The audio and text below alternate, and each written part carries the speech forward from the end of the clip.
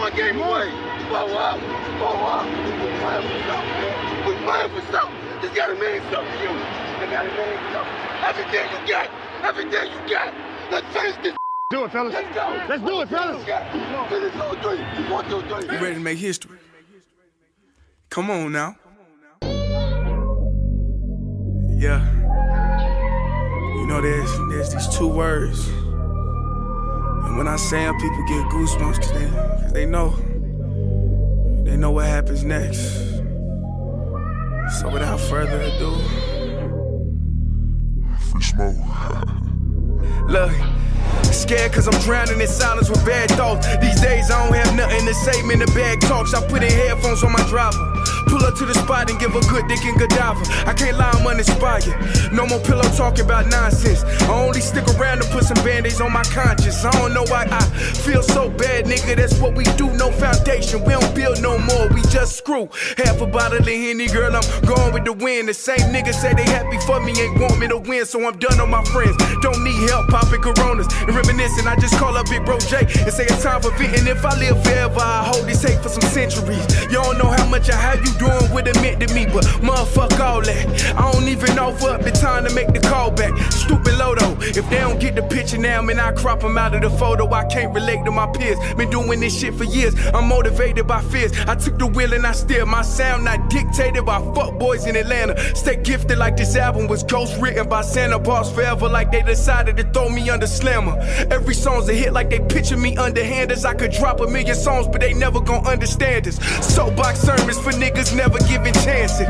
Fight our whole lives to get these weak ass advances. Work twice as hard for the shit that they getting handed. And this ain't even nothing we chose, nigga, we branded. Still can't tell why all of these niggas mad at me. I'm trying to get 100 so I can put my team on salary. Give it all to the art, man, I turn my life to a gallery. Man, damn, what a fucked up masterpiece. 1,100 shots and I swear, man, I felt them all. If we ain't even good on our blocks, man, who can we call? Pre-decline state of mind, we broke crabs in the barrel. Got us fighting our folk, man, this shit just a life of peril. Winning has a price. And leadership has a price. Well, Dick, here's the deal. I'm the best there is, plain and simple. I mean, I wake up in the morning, I piss excellence, and nobody can hang with my stuff. I'm just a big, hairy American winning machine. If you ain't first, you're last. Yeah. Welcome back. Yo, an Olympic type episode. An Olympic type episode. As a matter of fact, it's the last Olympic episode. As we have run through the Olympic series, shout out to Nightcap. I say a lot of things about Nightcap on different occasions, but they did a phenomenal job covering the Olympics. Shannon and Ocho, I mean, round of applause, yo. Round of applause. I'm not a hater. So when I see something good, I'm going to say something about it. That's, I think, the problem with a lot of people nowadays. People immediately default into being haters, and I don't understand why. When I talk about certain people on this channel, it's usually the actions of which they do that I don't agree with. That doesn't. Now, some people we talk about, I do not support. But usually when I'm talking about Shannon, it's like things he said or something like that. But, this Nightcap, when they covered the Olympics throughout the entirety of the Olympics, the track, the field, just all type of events, swimming, gymnastics, hoops, like unbelievable. One day when the channel is big, that's what I hope to have, like just different people covering all type of sports that happen at the Olympics. Cause I know I can't watch all of them. And also shout out to Peacock. Like I'm a big Peacock guy. I don't know if I should say pause on that, to be completely honest with you, but I'm a big Peacock guy. I know a lot of people don't like Peacock. I love Peacock. I swear by it. I think that is a phenomenal streaming service. I'm gonna be hurt when the price finally start going up on it, but I think Peacock is a phenomenal service. If they just start getting the shows that they have on there that they create themselves are already great shows. Like they have some great Peacock shows on there, but adding even more, to be honest with you, most services have some good shows, like Only Murderers in the Building on Hulu. That's the only reason I would buy a Hulu subscription. So like when Only Murderers in the Building drop again, I'm gonna wait till the whole season is over and then I'm gonna re-get a Hulu subscription just so I can watch it. But I'm not. Every streaming service really do have their own, like, but we're not here to talk about every streaming service. Shout out to Peacock. because I got to watch so many different Olympic events this year because Peacock had all of them. Like, I was watching handball the other day, the handball championship between France and was it Germany or Spain? I can't remember who exactly. I don't know how I forgot because they was getting mocked when I was watching them. But I've watched so many different Olympic events throughout this Olympic period because of Peacock. So shout out to Peacock, yo. Shout out to Peacock. What a service. You know what I'm saying? But we are here to talk about the Olympics. And I appreciate you for joining me on another episode of Kicking It with Saint. You could have been anywhere else in the world, but you decided to stop by here and kick it with me. And I appreciate you for that. I really do. Yo, I was listening. When it comes to being true, and it's true to me. And one thing I found, you know, I never let me down. No. It was like, you know, I never let you down. That's the Kanye, Jay-Z, and Jay Ivy. That's the Never Let You Down. If you ain't heard that, bro, you got to go listen to that. You got to go listen to that. If you're a Kanye fan, I get down for my grandfather who took my mama, made us sit in that seat where white folks ain't want us to eat. At the tender age of 6, she was arrested for the sit-in. With that in my blood, I was born to be different. Now, this can't make it the ballots to choose leadership, but we can make it to Jacobson to the dealership. That's why I hear new music and I just don't be feeling it. Racism still alive, they just be concealing it. But I know they don't want me in the club. They even made me show ID to get inside of Sam's Club. I done did dirt and went to church to get my hands scrubbed. So I've been baptized at least 3 or 4 times. But in the land where niggas praise UConns is getting paid, it's gonna take a lot more than coupons to get us saved. Like it take a lot more than do-rags to get your ways. And what's sad is that day my girl's father passed away. So listen, Kanye went stupid on Never Let You Down. And then Jay Ivy. Hove obviously went crazy too. But Jay Ivy, if you were on the highest cliff, on the highest riff, and you slipped off on the side and reached on with your life in my grip, I would never, ever let you down. And when these words are found, let them be heard and considered. Bro, that song is insane. That's an insane song, yo. It's an insane song. If you never heard it, you got to go check that out.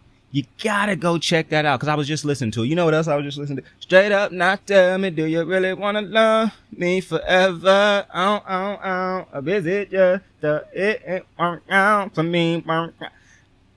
I'm never going to not like that. So I'm never going to not love Workout by J. Cole. All right. Shout out to Paula Abdul for her song Straight Up. I'm never, and I guess Kanye for Workout playing. But I'm never going to not like that song. I'm never going to not love that song. All right? The vibe of this song, the beat. For me, girl, we got a good time. Don't know if I'm going to sing you again. I don't know how you can listen to that track and not fuck with it. I'm baffled by the thought of that. But the Olympics. Oh, my goodness.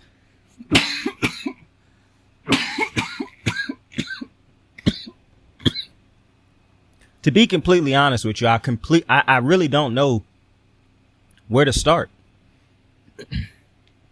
I guess I'll start like this. The extent of my patriotism ends after the Olympics are over. Okay? You will never see me be more patriotic than when one of these type of events happen. Whether it be the Olympics, the Worlds, or FIBA, the WBC. Usually, that's when I go for Team USA. But aside from that, the rest of the year, listen, I turn the TV down or I just walk out the room and go do something when they sing national anthems before events. I'm one of the few people possibly that does not believe national anthems should be forced to be sang before every fucking sporting event. I don't understand the purpose of them.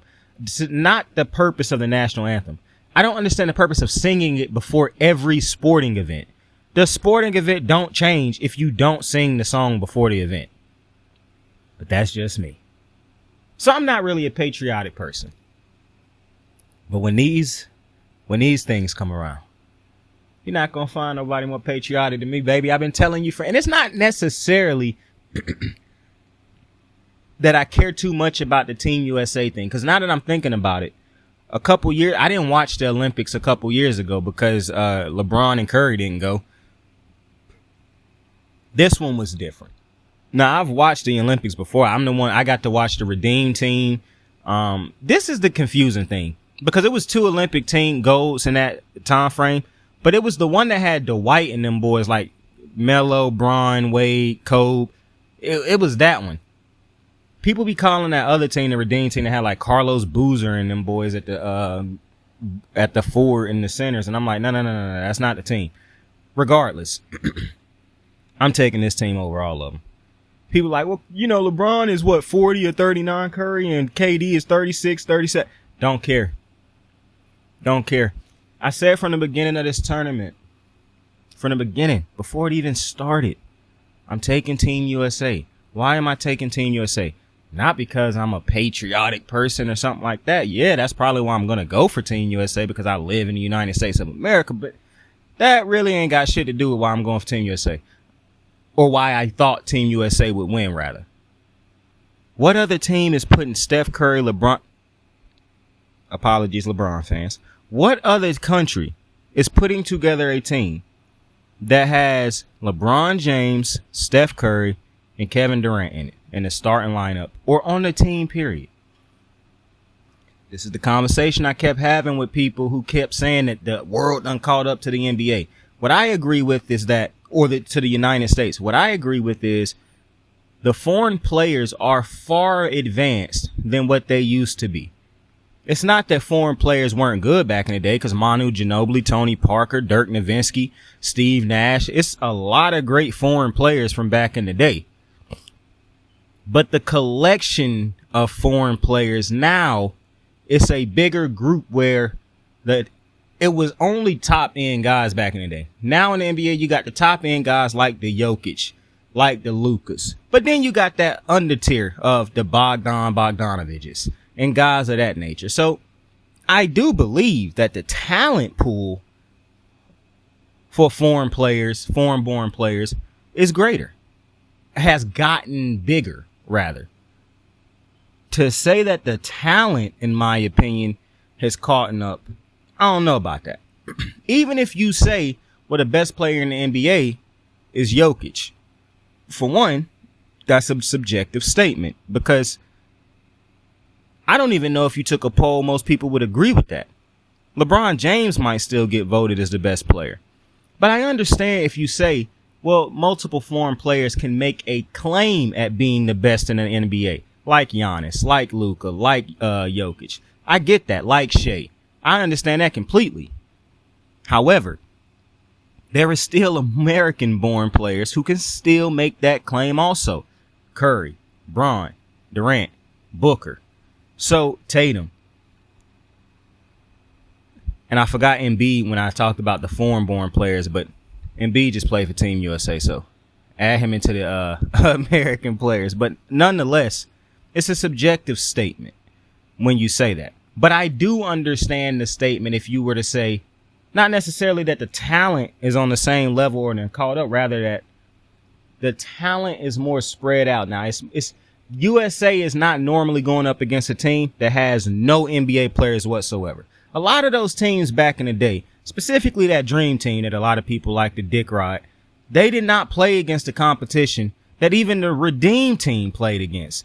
They didn't play against they damn sure didn't play against the competition that the NBA is playing against, that the Team USA played against in this previous Olympics. Name the Jokic that was on one of those foreign teams that the Dream Team played on, that the Dream Team played against. Even the Redeem Team can say we played against Powell and Mark Gasol on the same fucking team. Who is the toughest? I don't even know if people remember any of those foreign teams that the Dream Team played against. So when I hear people constantly talk about, oh, you know, the Dream Team blew people out. Yeah, it's a reason why. They weren't playing NBA players for the most part, if ever. Team USA, this generation, this past rendition of it, or what LeBron James called the Avengers, this team, they played against far stiffer competition because in 2024, you would expect that the talent level would be greater than it was back in the day. That's just a natural progression. I'm not telling you that, oh, so his players is better than Joe. I'm not saying that. I be seeing goofs get on Twitter and be like, I done seen players at the rec do every dunk Jordan did. No, you haven't. No, you haven't. Stop it.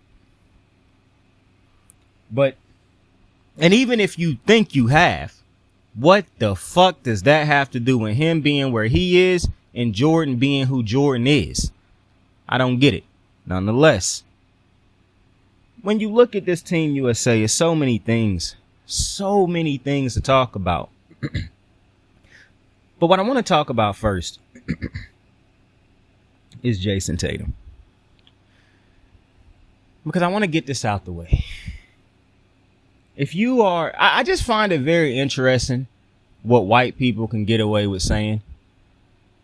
And how obnoxious white people, and I would have said specifically white men, but I done seen a lot of white women say a lot of obnoxious shit. I saw a white woman get on Twitter the other day and call people the F word, I guess you call it a slur. She tweeted that. And I was like, yo, being white in America is crazy. But nonetheless, David Portnoy and guys like him, all these Celtic fans and Celtic legends, and yo, shut up. Nobody cares about how you feel about Steve Kerr. You sound like these moronic ass fans who always judging Steve Kerr as if they can do his job. Steve Kerr's resume speaks for itself. I don't want to hear that shit about, oh, well, he had great players. Every great coach had great players. You cannot point out one great head coach that didn't have talent. You want to know what's funny? I can point out coaches who have far more talent throughout their tenure as a head coach than Steve Kerr. Once you get past Curry and Kevin Durant, the drop off as far as high end talent compared to some of the other coaches had, it's not even close. But somehow, Steve Kerr is always being talked down on. Jason Tatum not playing. This is not the Team USA Celtics. This is not Team US Celtics. This ain't Team US Boston. This is Team USA. I don't care how you think. I don't care how you feel about Tatum as far as him being a great player, how good you think Tatum is. Tatum will have his moments in the future. This wasn't about Tatum. And the fact of the matter is, it was only 3 dudes on this team who didn't have to try out for the team. I done said that multiple times. So those are the only 3 dudes who should be bitching, complaining about playing time. And that's LeBron James, Steph Curry, and Kevin Durant. You might think Jason Tatum is better than all 3 of those dudes right now. The reality is, he ain't greater than any of those 3 players. People can still argue that he ain't better than those 3 players.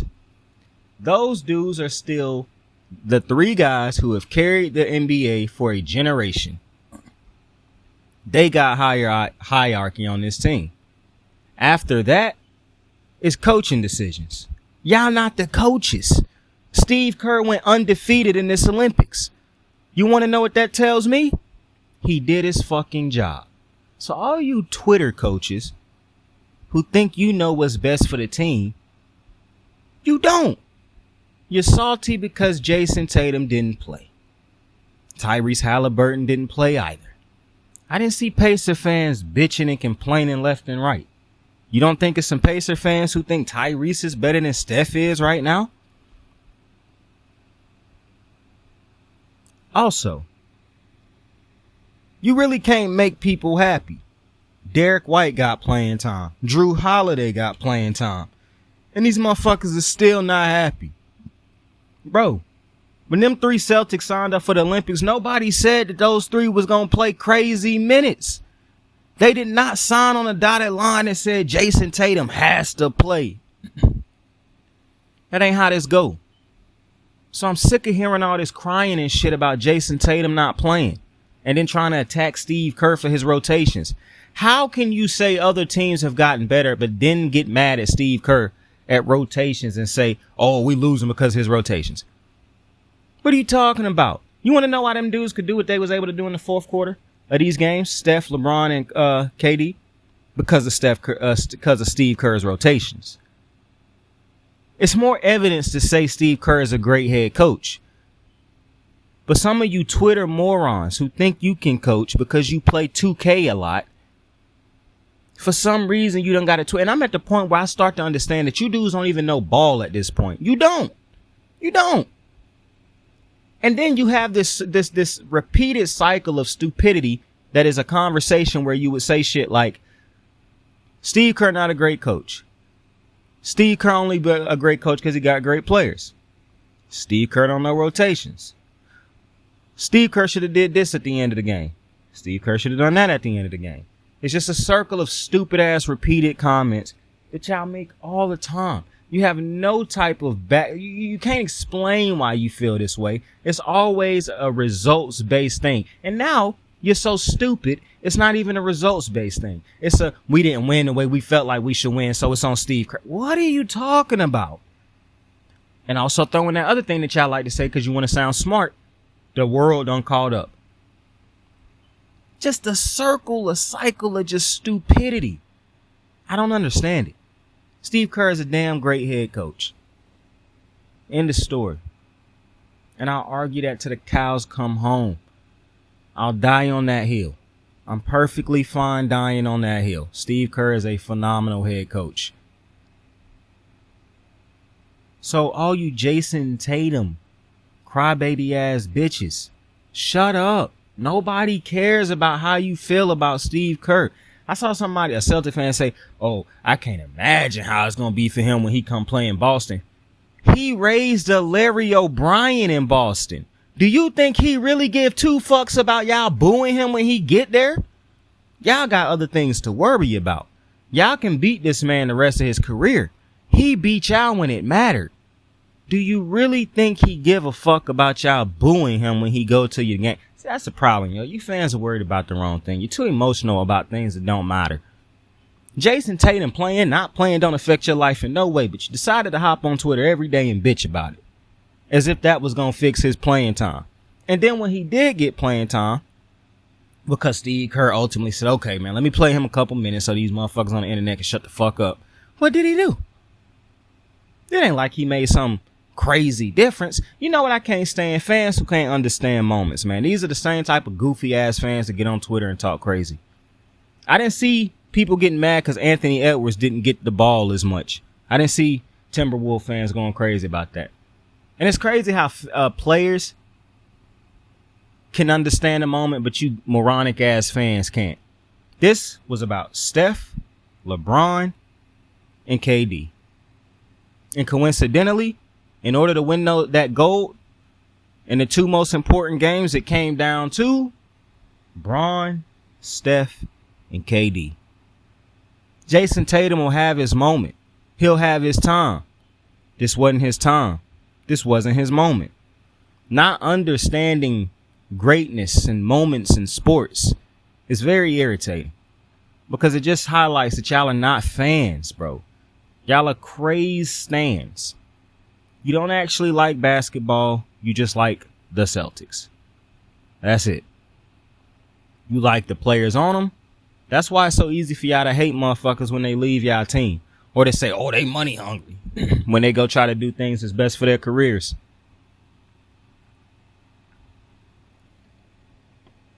But how could we talk about Team USA beating France and bringing home the gold if we don't talk about Chef? Chef, Steph, look at Curry, man. Shout out Flight. Steph Curry, the chef. What Anthony Edwards told him, he showed up like 3 days ago. And boy, we happy he did. He said, I don't know where he was at in the first couple of days. Steph Curry, LeBron James, Kevin Durant. Unreal how they close. You want to know something? Before I get too deep into Steph, I really think y'all should learn to appreciate these moments. I say it all the time. but I say it all the time for a reason. Steph Curry, LeBron James, and Kevin Durant have defined a generation of basketball. It does not matter who you root for. It does not matter how you feel about those three players. Those are the three greatest players of this generation. And to be completely honest with you, it's hard for me not to put all three of them in the top three. I mean, not top three, in the top 10, top 5. To me, LeBron and Steph are top 5 players. To me, KD would be 6 or 7. But by the end, if he could get just one more championship, man, KD would probably be 5 for me. Matter of fact, let me rate my players right now. Number 1, I got Jordan. Then I got Kobe. Then I got Bron. Then I got Steph. You know what? Then I got KD 5th. Fuck it.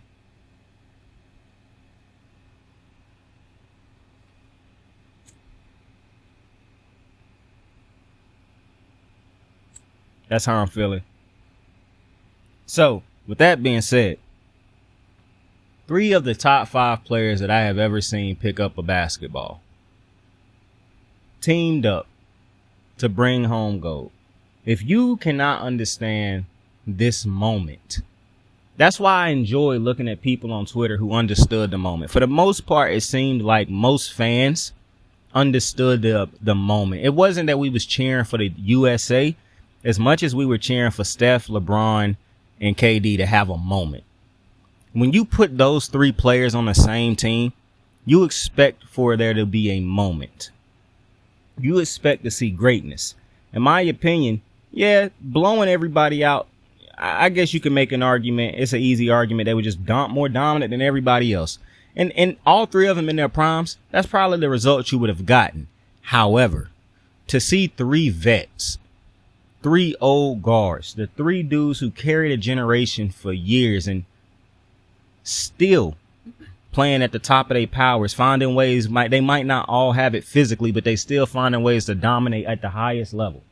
When you look at these 3 guys, knowing that this could be the last Olympics for all 3 of them, more than likely the last one that they all 3 have together, I would almost guarantee you that. How could you not be romantic about this shit? To me, I tell you all the time, I want to see Curry and LeBron play together before their careers end. I want to see Steph and KD play together again.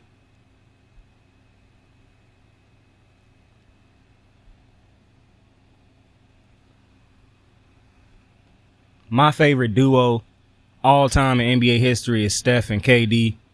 The fluidity of which they played the game together was insane. I don't think I have ever seen 2 players complement each other the way those 2 players complimented each other. Like it was, they didn't even break up because they didn't fuck with each other because they couldn't play together. They broke up because of other sources, other outside external forces, but not because, and I still to this day believe the world knew that they were that dangerous. That's why the world kept hating. That's why to me, Golden State's biggest problem was not just doing everything possible to show KD you loved him. I understand you never gonna love him as much as you love Steph. But imagine what your franchise would be right now. Imagine how even greater Steph's career would be right now if KD was still there. Now, I understand if KD don't leave and Steph don't have this moment against the Celtics. I understand all of that. But what I'm saying is, if I was a Warrior fan, I'd do everything in my power to try to get KD to retire a Warrior. That's all I'm saying.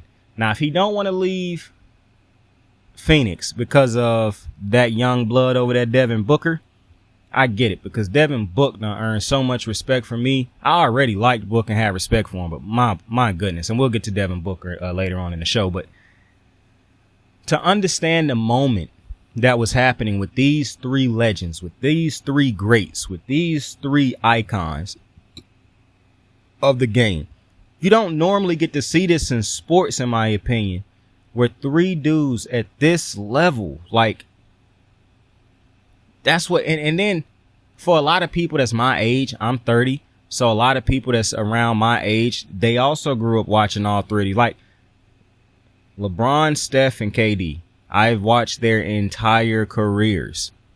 The entirety of their careers I've watched. It's going to be a sad day, and I don't think people think about that a lot. That's why one of the things that I say a lot is when I talk about legends, I always talk, specifically when we talk football. And I know the preseason going on right now, but if you watch the channel, you already know what I'm about to say. If you don't watch the channel, here's something you finna learn that I say. Saint don't watch preseason games, baby. Saint does not watch preseason games. The preseason does not teach Saint anything. And the preseason is boring as fuck. If you enjoy watching backups, have at it. I do not enjoy watching a bunch of players who might not even be on a fucking roster when week 1 roll around. The best thing the NFL did was shorten the preseason. If it were up to me, it would only be 2 preseason games. But that would just be me. Nonetheless, I say it a lot when we talk about the NFL. A lot of guys did not appreciate Peyton Manning before he retired. People kept saying, oh, Peyton need to retire. Peyton need to retire. Peyton need to retire. Oh, he just don't look the same.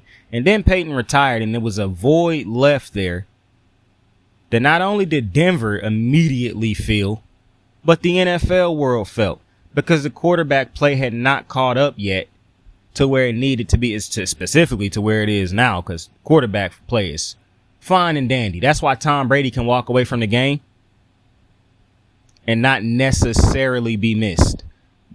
Tom Brady didn't play last year. The NFL season did just fine.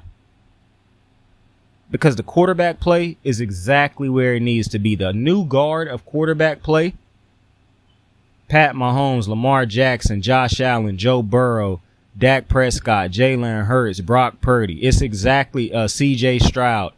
The quarterback play, the quarterback studs, like the big name quarterback, it's there. So you don't need the Tom Brady's and Peyton Mannings now. But I just caution people to being so quick to want these greats to retire, because you might be a fan of a young guy and you want the young guys to be ready. Oh, the NBA need to stop giving stuff to the old dudes and give it to the new school. Listen, I get all of that. At the end of the day, when LeBron James, Steph Curry, and KD are no longer lacing up their cleats, no longer lacing up their shoes to play a basketball game for 82 games out of a year, the NBA will feel it. You will feel it. When you root against people for so long, you don't understand how big a role they play in your life until they walk away and retire. But I'm telling you, when Steph Curry, LeBron James, and Kevin Durant are no longer NBA players actively, because they'll always be NBA players, just active NBA players, it will be felt. No matter how much they are around the game. And you pray that when they retire, they stay around the game, that so we can always see their faces. You hope that LeBron and Steph got families, like big families, wives, kids, and all that. So it would be very realistic that they would walk away from the game and be unseen from the game for a couple years. And that's going to hurt, because these are guys who you've relied on in your everyday life to be there. Not necessarily be there for you in person, but when you're having a bad day or something like that, you look to them to do something great to cheer you up, to pass time throughout the year, throughout your life. You look to them to entertain you. When you was bored, you look to them to entertain you.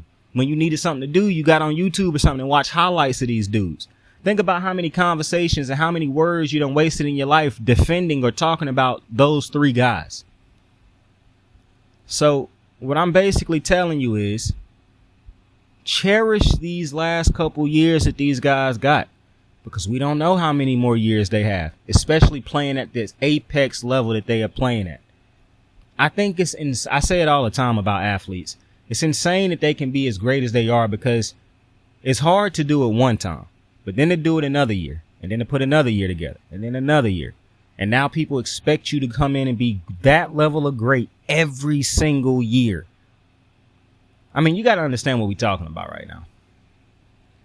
We are talking about the highest of high, the greatest of greats. Bron, Steph, and KD ain't no average good players. These were apex level players. And they had to come in and do it year after year. They get criticized on the highest level because they done achieved on the highest level. They do things that we don't think is possible. And they usually do it against your favorite team if you don't root for them. That's why you usually root against them. because you can't rely on other guys killing your team, but you can rely on those three doing something to fuck you. I saw a tweet that said Wemby, this rookie, is experiencing his first Steph Curry, letdown or something like that. Yeah. How often have we gotten used to the Curry flurries or the LeBron dominance or the beautiful shooting by Kevin Durant? The masterful skill level of LeBron and how he can just be the general of a game and control every aspect of a game. Steph Curry and his unreal shooting. KD and just the ease of which a 7-footer can score the ball and move like that. Like, these three guys have meant so much for basketball. This is by far my favorite era of basketball. Now, I know it's easy for me to say that because I grew up in this era of basketball, but before that era, I got to watch the back end and like probably the middle to back end of the era before this one, to be honest with you. So I basically got to watch two eras of basketball, but this, and you know, obviously going back and watching highlights and things of that of past eras won't ever do it justice compared to what you actually get to sit down and watch in real time. But to me, I don't know if I love basketball without this generation of players. To me, Kobe, Bron, Steph, KD. Those are the five. Those are the four players that define basketball for me. I don't know if I like basketball, let alone love basketball, if not for those four players. So when you watch the Olympics and you watch those three guys have this last dance type of showcase, and you watch those last two games against Serbia and France, where you watch Steph, LeBron, and KD just, and I'm not taking nothing away from the other players who did great things down the stretch. Joel Embiid was phenomenal for Team USA down the stretch in some of these games. Anthony Davis, Devin Booker, so many players played key roles. But the dudes who did the most and scored the points and got Team USA over the hump, the guys who everybody on Team USA looked to, Bron, Steph, KD. The most beautiful thing to me about those three being the greats of this generation is how seamlessly those three can play together. LeBron as a facilitator with Steph Curry's movement and shooting and IQ, with all of them have IQ, with Kevin Durant, they just fit. Has it ever been a generation of players that fit this seamlessly together as top tier players? If KD, Bron, and Steph decided tomorrow, we're going to team up and play together before we retire, without question, you couldn't, I would say that's going to be a phenomenal fit. I would never question that fit because they just play so seamless together. So you have to understand the moment of which we were just presented with in these last two games. This is why I was getting irritated with people bitching about Team USA should be blowing people out. If they was blowing people out, you don't get these last two games. You don't get to see the greatness of Steph Curry, the greatness of LeBron James, the greatness of Kevin Durant. I mean, my goodness, that move by Kevin Durant when he said, I don't need the screen, clear out, I got this, one-on-one. Crossover. We've seen KD hit this move his entire career, and it never get old. When that ball went swish, we stood up and said, that's KD. That's Kevin fucking Durant. It's like Kevin Durant said a long time, I'm a bad motherfucker. You are that, sir. You are that.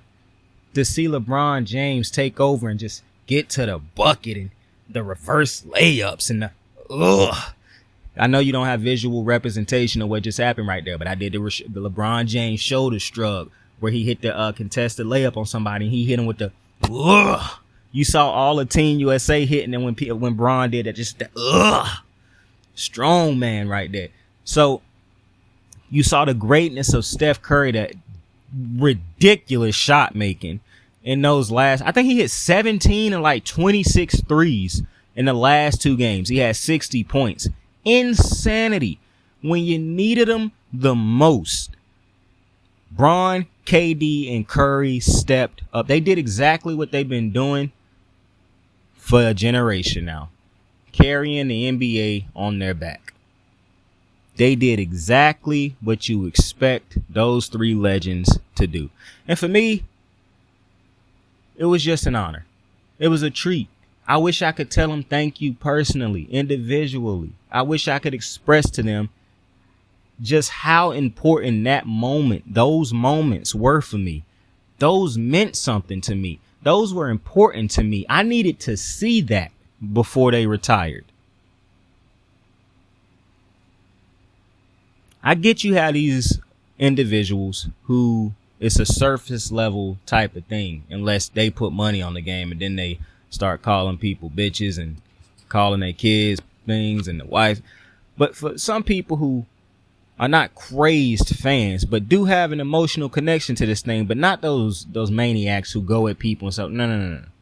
The passionate fans who are passionate, but also logical and understanding people who understand these athletes are still human beings at the end of the day.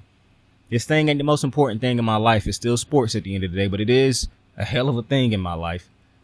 But to those passionate fans, the ones who understand moments, I know this meant something to you. If you grew up with these generation of hoopers, this meant something to you.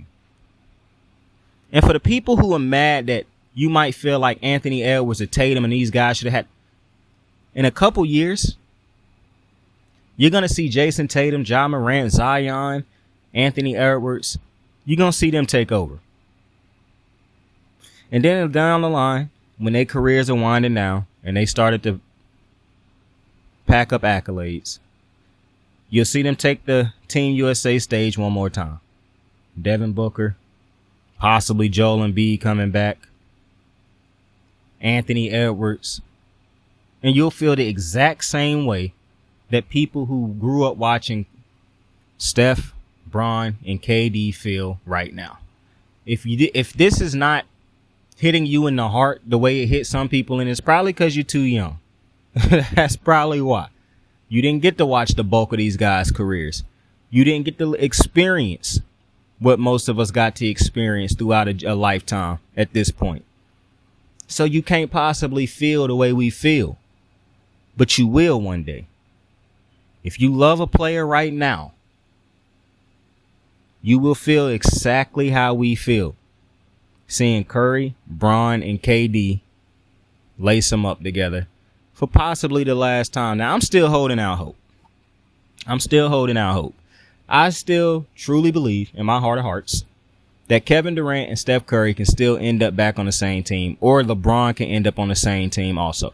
My biggest wish is now that all three of them end up on the same team. However, if they don't, this will have been enough to satisfy my appetite, because this to me was greatness on another level. I'm working on trying to get posters and like stuff like that framed of the different type of moments that they had in this game or throughout this Olympic tournament. This was just unbelievable to me. This is one of the most legendary feats I've seen at anything in my lifetime. Like, you could put this up there. This is some of the greatest basketball, funnest basketball, most important basketball I think I done ever watched in my lifetime. I knew I had to be there, not in a sense physically, but I knew I had to watch it. I knew I couldn't miss these moments. I knew I had to watch the replays over and over. I knew, because I didn't want to miss what could possibly be. Them winning gold was never in question for me. I never thought USA wasn't going to win gold. But with Kevin Durant, Steph Curry, and LeBron James end up being great throughout this tournament, would they end up being the reason that Team USA won gold? I put my faith and everything in me into saying yes, they would be. And the fact that they delivered, I will appreciate this basketball moment for the rest of my life. I will tell my kids about it. If I'm lucky enough to see my kids have kids, I'll tell their kids about it. I'll tell the friends, the homies. Like, this is a moment that will never not be talked about and brought up down the line on Kicking It with Saint. As we grow, we get bigger, we end up getting a space one day. This will be something that'll be seen throughout the studio, throughout the shows, like posters of this moment. That's how special this moment was for me. Because I love Steph Curry, LeBron James, and Kevin Durant so much.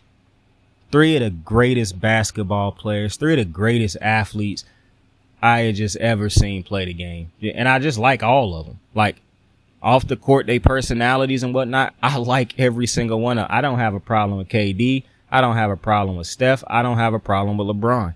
I think it's weird when people do have a problem with these individuals, seeing as how you don't know them. But I do understand, based off of sometimes people putting themselves out there, how you can believe that you know them. But I haven't seen nothing from none of them dudes that would make me believe, oh yeah, that's a bad person. I just think I was so lucky, so fortunate that I got to see Kobe Bryant, LeBron James, Steph Curry, and Kevin Durant. I don't know if I'll ever see 3 players on that level ever again. But the fact that I did get to see them, that I don't have to just go back and watch replays to get a picture of what they might have been like. Because I didn't get to watch Jordan. I would have loved to, because his highlights is amazing. The stories is amazing. The reverence that people have for him is amazing. But I didn't get to watch it. I got to watch Kobe Bryant with my own 2 fucking eyes. I got to watch King James with my own 2 eyes. I'm so happy he done started crowning himself. I got to watch Steph Curry with my own 2 fucking eyes, bro. I got to watch Kevin Durant. I'm watching Team USA people hit the night-night. I never thought I'd see LeBron James hit a night-night. He hit the night-night with Curry at the same time. Like, these motherfuckers are so cold on the same team together. Yo, like, I get tired of everybody using the same word. Like, somebody say something on Twitter, then everybody add it to their vocabulary as if the world just don't know words. But you know, this word aura has been going around a lot. The aura in that fucking thing, Kevin Durant, Steph Curry, and LeBron. Oh my goodness.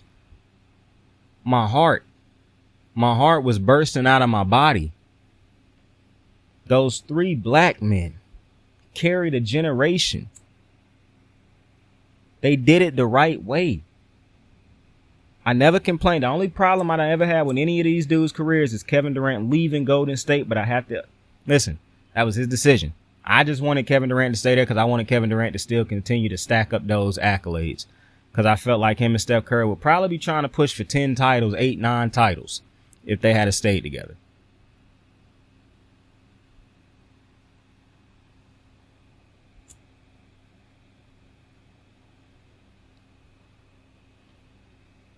But I understood KD wanted to go get it out the mud again. He wanted to go feel like he was needed.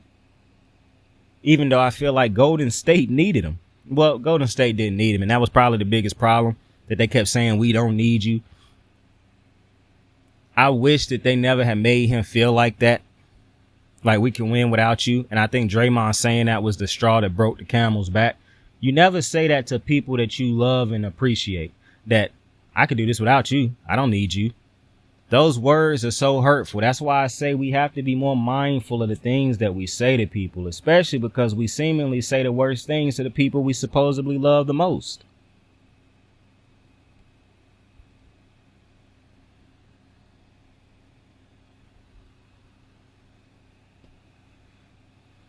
But we let people who don't care about us nowhere near talk crazy about us.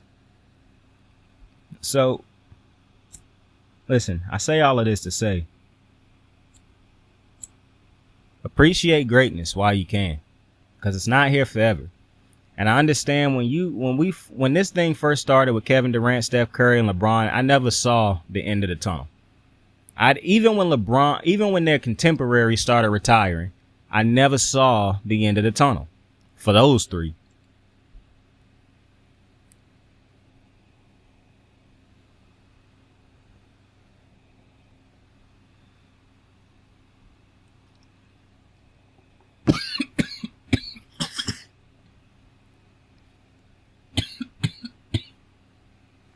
I saw Melo retire.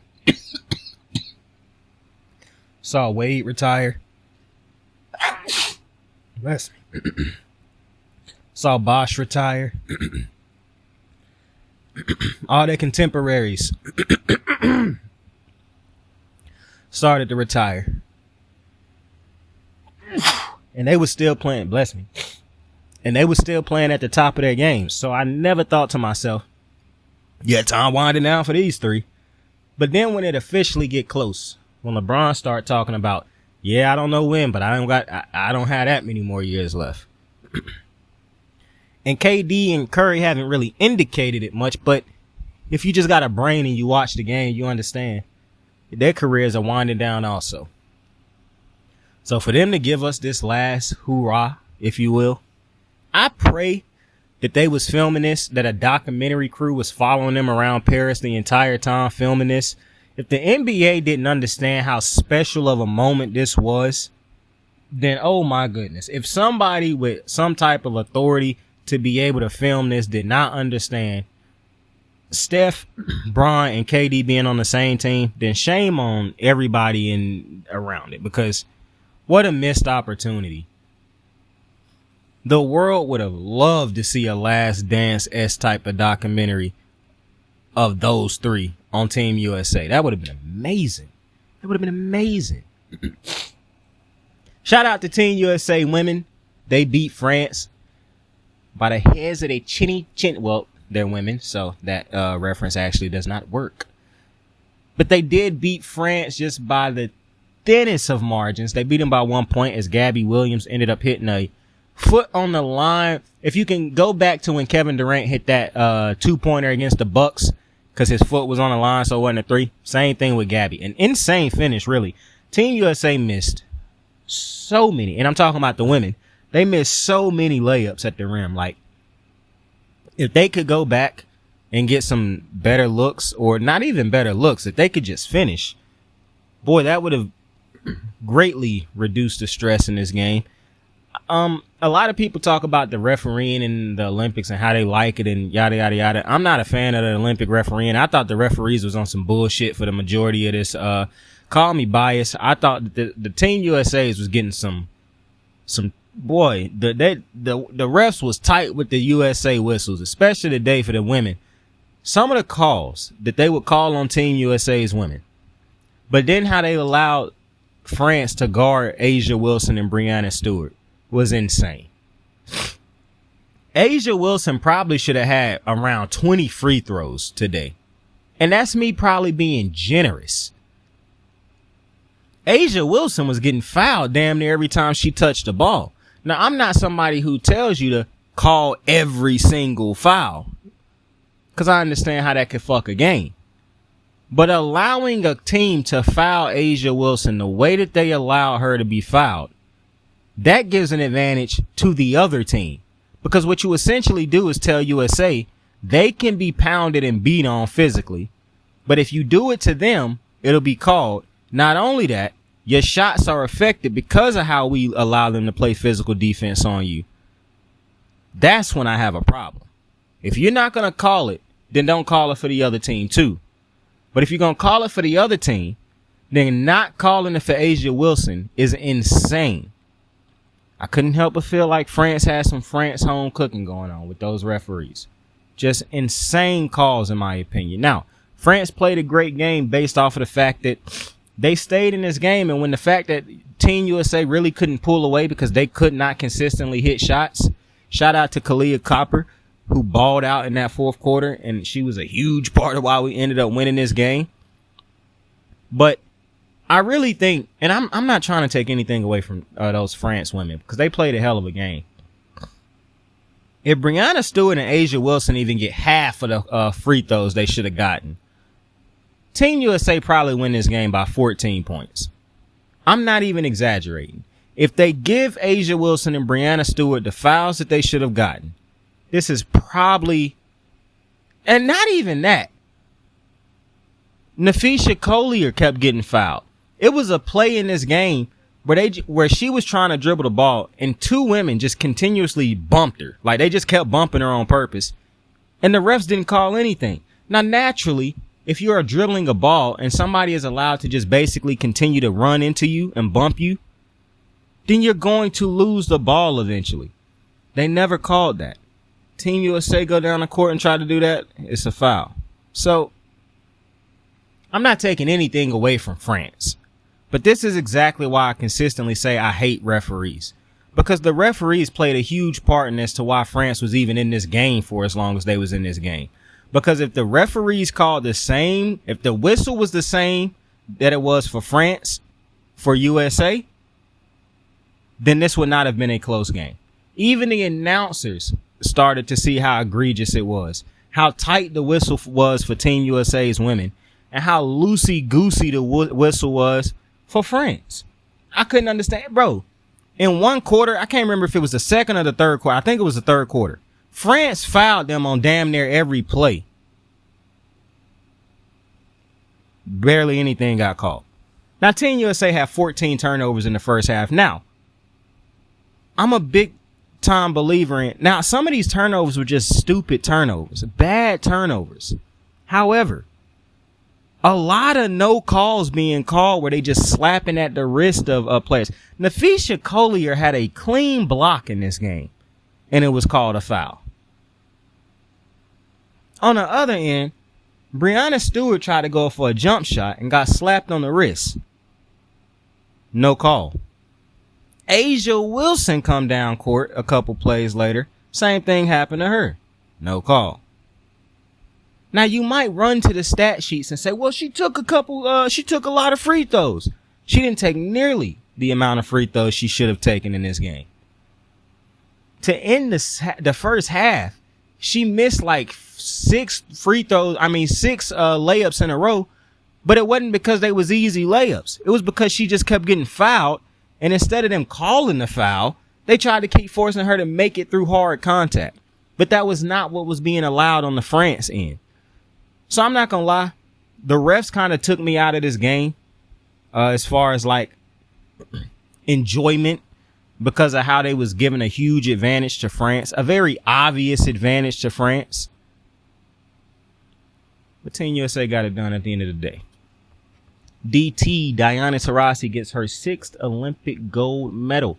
Moms, pops, and kids were there to celebrate with her. Shout out to Asia Wilson and Breanna Stewart, Stewie in Asia, for being just the greatest WNBA players on God's green earth right now. Nafisha Collier is a stud. Now, I saw a lot of people, because the guard play for Team USA's women was not great this year. I would actually say the biggest weak point of the team would be the guard play. One of the biggest reasons the guard play was a problem was because Kelsey Plum is being praised for how she played at the guard position, and Kelsey Plum did not even play that great. I don't even think any of the guards averaged more than like 6 or 5 points for Team USA. Unless you want to consider Copper guard. But I'd be looking at Copper as a forward. But I saw a lot of people say, well, if Caitlin Clark, and that's where I'm going to stop you. Because, for one, this thing where y'all keep talking after people win gold is crazy to me. People bitching about Tatum not playing, Team USA didn't lose a single game, 1 gold. People bitching about Caitlin Clark, Team USA women didn't lose a single game, 1 gold. But this is my problem with people saying things would have been better for the guards if Caitlin Clark played. I watched the WNBA. I watched Caitlin Clark. And I watched damn near every single game of Caitlin Clark, except for probably like 2. Caitlin Clark does not play good with physical contact is allowed. One of Caitlin Clark's biggest problems so far this year, which you would imagine for most rookies it would be if you were a rookie guard, is the physicality in the NBA, WNBA, the difference from that in college. Caitlin Clark would not have had success in this tournament. For one, Caitlin Clark turned the ball over a lot right now. One of the reasons Caitlin turns the ball over, people keep trying to say it's her teammates are just stupid. That's not the reason. Physicality. Physicality tires you out. And so you make bad decisions, or you can't make the same type of plays you would be able to make if you had a lot of energy. Caitlin Clark would not have been. Do I doubt Caitlin Clark would have given them some type of offensive production? No, I don't. But Caitlin Clark would have turned the ball over and been a defensive liability in the Olympics. That's just reality. Caitlin Clark's ability to play through contact right now, it's not good. In 4 years, you hope that it will be great when you would hope or think would make that Olympic team. But right now, as a rookie, no.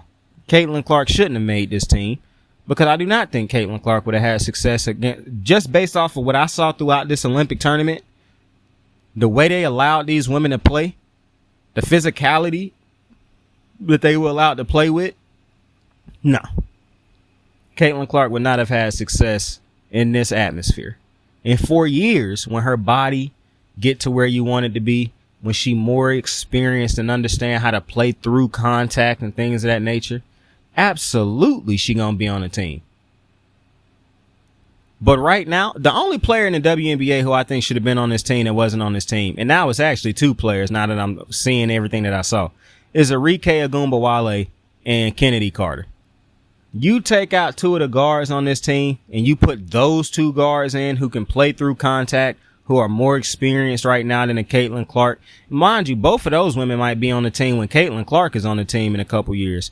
But those two women would have been a huge asset to this team because, for one, both of them, Ogunbowale don't guard, but Kennedy Carter can. But nonetheless, it's not really a lot of great guards in the W anyways who can, like, as far as guarding, where defense is their top priority. I know Dejanay Carrington can guard. But would she have given you the offensive? I mean, shit, you didn't get a lot of offense from the guards anyways. Chelsea Gray, I understand why she was on the team, and I understand why Diana Taurasi was on the team. Realistically, looking now at after the final product, I'm not mad that either of them were on the team. And if I could go back, I probably would still keep them on the team because I understand moments and I understand DT getting her 6-1. But if you made me take two people off of the team, it would have been those two and switched them out with Kennedy Carter and Arike Ogunbowale because the scoring at the guard position just wasn't there. Sabrina really wasn't consistent scoring. Kelsey wasn't consistent scoring. Jewel Lloyd wasn't consistent scoring. DT barely even played in the championship round and in the game before that. I'm forgetting one guard right now. Regardless. Oh, and Chelsea Gray wasn't a scorer throughout this entire tournament either. So, and I could argue Chelsea Gray was bad the entire tournament, aside from the very first exhibition game they played. So, the guard play is definitely going to have to improve for Team USA in the future, especially if these other teams start shooting better. Because the advantage that Team USA has, women, is that they have Asia Wilson and Breanna Stewart. And those are the two best women in basketball. See, other countries might be able to say, well, Jokic is the best player in the NBA. It's no other country can say they have a better player, WNBA player, than Asia Wilson and Breanna Stewart. It's as simple as that. So that's the advantage that they have right now. And Breanna Stewart can shoot threes, and I know Asia Wilson can hit a three occasionally, but both of them really like to do their work down low in the paint. In the future for Team USA, if you get guards who can score like they did back in the day when you had the Sue Birds and the Diana Taurasi's in her prime, you get back to that level of guard play, Team USA gonna reel off another 50 fucking wins in a row. Because if Kennedy Carter, Arike Ogunbowale, Caitlin Clark, Jewel Lloyd gonna probably make the team again. I imagine Sabrina gonna make the team again. Kelsey Plum will probably be on the team again. I mean, the guard play for Team USA is already great, but if it can, Kelsey Plum to me just had a rocky little season, but I know she's been going through things in her personal life, but she did play. She gave Team USA positive minutes based off of how bad Chelsea Gray played throughout this. And I'm not trying to shine a low light on Chelsea Gray. I'm just telling you what I saw. But shout out to the women, especially Kalia Copper, who was phenomenal in the closeout game. Her ability to take it to the rack, boy, we needed it. Because with the referees allowing the game to be played the way it was being played, without her, oh my goodness, I don't know where we would have been. I'm gonna be honest. We missed more free throws than I would have liked also. But nonetheless, shout out to Team USA women. Gold medalists once again. It's crazy that we both, the men and the women, played France in their finals. I want to go back to the men for a second. I want to talk about Devin Booker because for every one side of a story, it's another. You got the people who talked about Jason Tatum and the minutes he got and didn't get and yada, yada, yada. But when you want to talk about a guy who probably felt like he should have got even more minutes than he probably got, or this or that, look at Devin Booker. Never complained about minutes, playing time, nothing like that. Fit in every single lineup. Was phenomenal shooting the ball throughout the tournament. Handled his business quietly. Understood the goal. Understood the three dudes who this was really about. Understood the role he was supposed to play. And he said it, what was it, a year ago or so, where Kyle Kuzma had tweeted that Team USA need guys who willing to sacrifice and possibly go stand in the corner at times. And Devin Booker tweeted, "I'll do it." And people roasted him under the tweets. Roasted him. You can't go look at it now because it's going to look way different now after he actually completed the mission. But people were killing him at the time. Fast forward, he did exactly what he said he would do. He didn't complain about not getting the ball when he might have felt he should have got the ball. You don't think he felt like he should have took more shots? You don't feel like he felt like he should have been the focal points of certain games? Devin Booker just showed up and was silently the MVP for this team. Just the piece that gelled so well with every lineup. He did played great. Shout out to the entire starting lineup. They all played defense, especially in them close quarters. They all got on their down in their positions and played great defense.